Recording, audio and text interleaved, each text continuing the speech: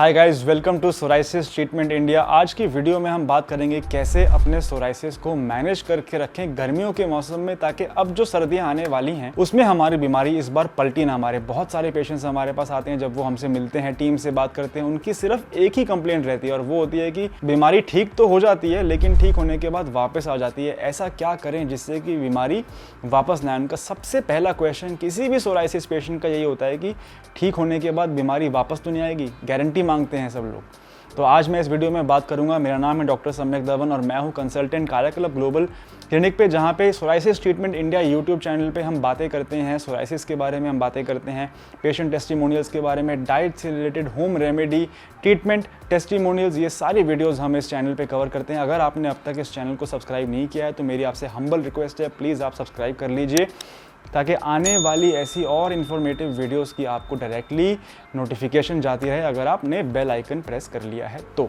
चलिए शुरू करते हैं इस वीडियो को बिना टाइम वेस्ट किए। सोराइसिस को समर्स में कैसे मैनेज करके रखें।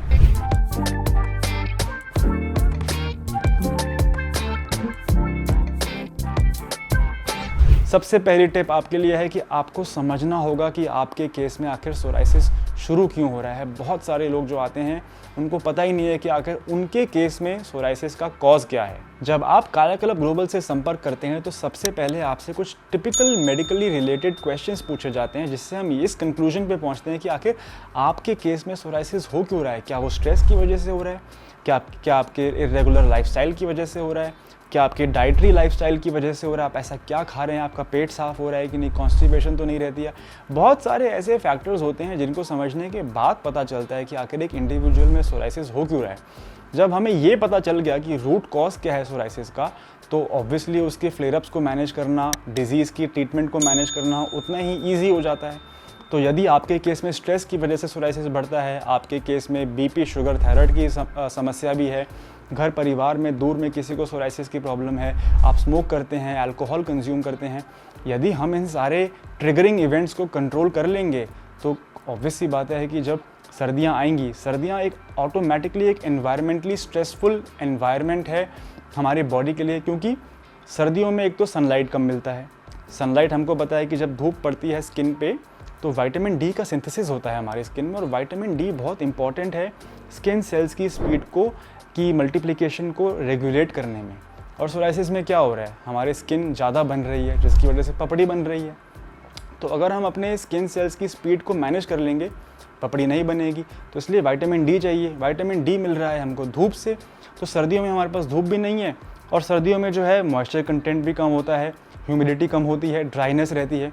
तो विंटर्स ऑटोमेटिकली एक बहुत ही स्ट्रेसफुल इन्वायरमेंट है हमारी स्किन के लिए। उसके ऊपर से जो हम अपने शरीर पे हमला कर रहे हैं हमारे इरेगुलर लाइफस्टाइल की वजह से, गंदी डाइट की वजह से, स्ट्रेस लेने की वजह से, ये सारी चीज़ें जब कंबाइन हो जाती हैं तो नेचुरली फ्लेयर अप तो आएगा ही आएगा, नेचुरली बीमारी पलटी मारेगी ही मारेगी। तो जो नंबर 1 क्वेश्चन लोगों का होता है जब वो मुझसे पूछते हैं कि क्या बीमारी वापस तो नहीं आएगी, इसका आंसर आपके पास पहले से ही है। यदि आप अपने लाइफस्टाइल को इम्प्रूव करके रखेंगे तो बीमारी वापस नहीं आएगी। एक बार जब उसको हमने खून में से साफ़ कर लिया, एक बार जब हमने उसको स्किन में से साफ़ कर लिया, तो वो बीमारी वापस आएगी या नहीं वो तो आपके हाथ में है, मेरे हाथ में नहीं है।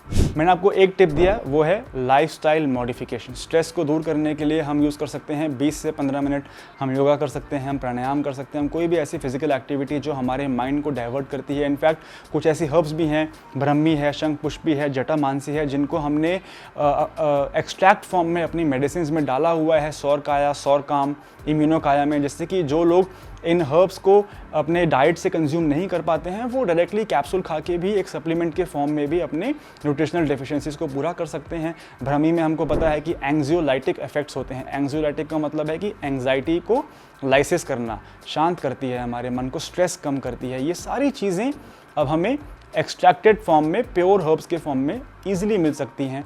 सेकंड जो मैं टिप आपको देना चाहूँगा वो है कि आप लूज़ कपड़े पहने, आप बहुत टाइट कपड़े ना पहने, और यदि आपको स्कैल्प सोराइसिस है तो आप ब्लैक कपड़े ना पहने, बिकॉज जब आपके फ्लेक्स झड़ते हैं तो वो बहुत ही ऑब्वियस हो जाते हैं। ऑफ कोर्स आई नो कि सोराइसिस एक ऐसी कंडीशन है जिसमें बहुत टैबू होता है, बहुत स्टिग्मा होता है, लोग देखते हैं, बात करते हैं, हमें खुद भी काफ़ी सेल्फ एस्टीम में इशूज़ आते हैं, थोड़ा एम्बैरेसिंग भी हमें फील होता है।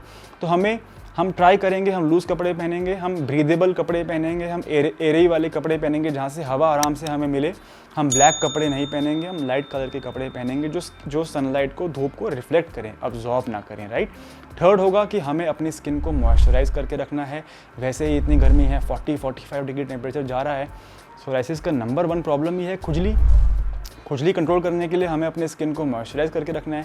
एक होम रेमेडी अगर मैं आपको दूं तो वो है एलोवेरा जेल, बड़ी इजीली मिल जाता है। इनफैक्ट यूएस की जो नेशनल सोराइसिस फाउंडेशन है वो रिकमेंड करती है कि कोई भी ऐसा एलो जिसमें 0.5% एलोवेरा जेल है वो आप यूज़ कर सकते हैं। और प्रोडक्ट यूज़ करने की क्या ज़रूरत है, अगर आपको एलोवेरा का पत्ता मिल रहा है उसको तोड़ के आप डायरेक्टली भी एक्सट्रैक्ट कर सकते हैं। एलोवेरा जेल के अंदर 99% वाटर कंटेंट ही तो होता है। तो ये तो गाइस कुछ ऐसी टिप्स मैंने आपको दी। अगर आपको मेरे द्वारा दी गई टिप्स पसंद आ रही हैं तो प्लीज़ आप इस चैनल को सब्सक्राइब करें, आप इस वीडियो को लाइक करें। कोई भी क्वेश्चन आपके माइंड में आ रहा है स्कैल्प सोराइसिस को लेके, यदि आपके नाखूनों में गड्ढे पड़ गए हैं, आपके जोड़ों में दर्द होना शुरू हो गया, यानी कि आपकी डिजीज़ एडवांस स्टेज में चली गई, आप क्वेश्चन हमसे पूछें और मैं वीडियोज़ के थ्रू भी पूरा कोशिश करूँगा कि आपका आंसर करूँ। मेरा नाम तो डॉक्टर सम्यक Dhawan. Thank you so much for watching psoriasis treatment India.